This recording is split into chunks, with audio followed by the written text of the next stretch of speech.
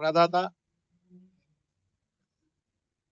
ఇందేశ్వర్ ప్రసాద్ మండల్ యాదవ్ బీహార్ మాజీ ముఖ్యమంత్రిగా పార్లమెంట్ సభ్యుడిగా పనిచేశారు. పార్లమెంట్ సభ్యుడిగా పనిచేస్తున్న సందర్భంలో డాక్టర్ బాబాసాహెబ్ అంబేద్కర్ గారు కల్పించిన రాజ్యాంగ సవరణలో భాగంగా 1978లో మొరార్జీ దేశాయ్ ప్రధానమంత్రిగా ఉన్నప్పుడు 2వ మండల్ కమిషన్ ఏర్పాటు చేయడం జరిగింది. 2వ మండల్ కమిషన్ చైర్మన్ గా అప్పటి పార్లమెంట్ సభ్యుడు ఇందేశ్వర్ ప్రసాద్ మండల్ గారిని నియమించడం జరిగింది. అలాగే 5 మంది సభ్యులను నియమించారు. భారతదేశ వ్యాప్తంగా పర్యటించి సభ్యులందరూ భారతదేశ వ్యాప్తంగా పర్యటించి భారతదేశంలో ఉన్న వెనుకబడిన కులాల జనాభా ఈ దేశంలో 52% ఉంది.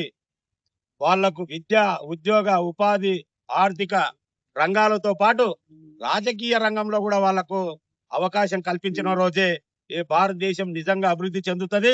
డాక్టర్ బాబాసాహెబ్ అంబేద్కర్ గారు రచించిన రాజ్యాంగ ఫలాలు అందరికీ సంపూర్ణంగా ఉంటాయని మరి 1980లో అప్పటి రాష్ట్రపతి జ్ఞాని జైల్ సింగ్ గారికి నివేదిక ఇవ్వడం జరిగింది.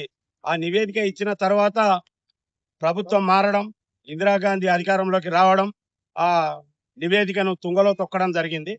ఆ తదుపరి కాలంలో మరి 1982 ఏప్రిల్ 13న మరి ఆయన మరణం కూడా చెందడం జరిగింది మండల్ గారు. ఆ తర్వాత కాలంలో తొలి బ్రాహ్మణేతర ప్రధాని విశ్వనాథ్ ప్రతాప్ సింగ్ ప్రధానమంత్రి అయిన తర్వాత 1990 ఆగస్టు 7 తారీఖు నాడు ఇందేశ్వర్ ప్రసాద్ మండల్ గారు నివేదికలోని 40 సిఫారసులోని ఒక సిఫారసును పార్లమెంట్ లో ప్రవేశపెట్టడం జరిగింది.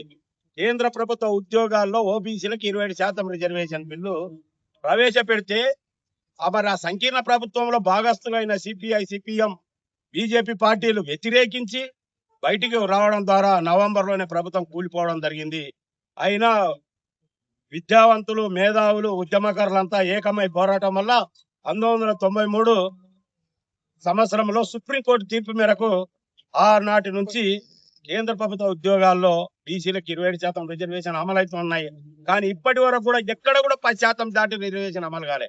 ఈ రోజు ఎస్సీలకు, ఎస్టీలకు రాజకీయ రిజర్వేషన్లు ఉన్నాయి, వాళ్ళకి సంపూర్ణంగా అమలవుతున్నాయి. కానీ విద్యా ఉద్యోగాల్లో కూడా ఎస్సీ, ఎస్టీలకు కూడా డాక్టర్ బాబాసాహెబ్ అంబేద్కర్ గారు కల్పించిన రిజర్వేషన్లు అమలు కావడం లేదు, వాళ్ళకు కూడా కావడం లేదు. కారణం ఏంటంటే కేంద్రంలో కానీ రాష్ట్రంలో కానీ ఏ ప్రభుత్వం అధికారంలో ఉన్నా సకాలంలో ప్రభుత్వ ఖాళీలను గుర్తించి భర్తీ చేయకపోవడం వల్లనే ఉద్యోగ ఖాళీలు భర్తీ కావడం లేదు, పౌర సేవలు సకాలంగా అందడం లేదు.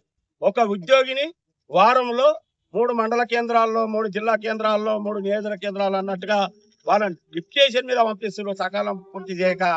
కాబట్టి బీసీలకే కాదు, ఉద్యోగ నియామకాల్లో ఎస్సీలకు, ఎస్టీలకు, మైనార్టీలకు, అగ్రకుల పేదలకు కూడా అన్యాయం జరుగుతా ఉంది.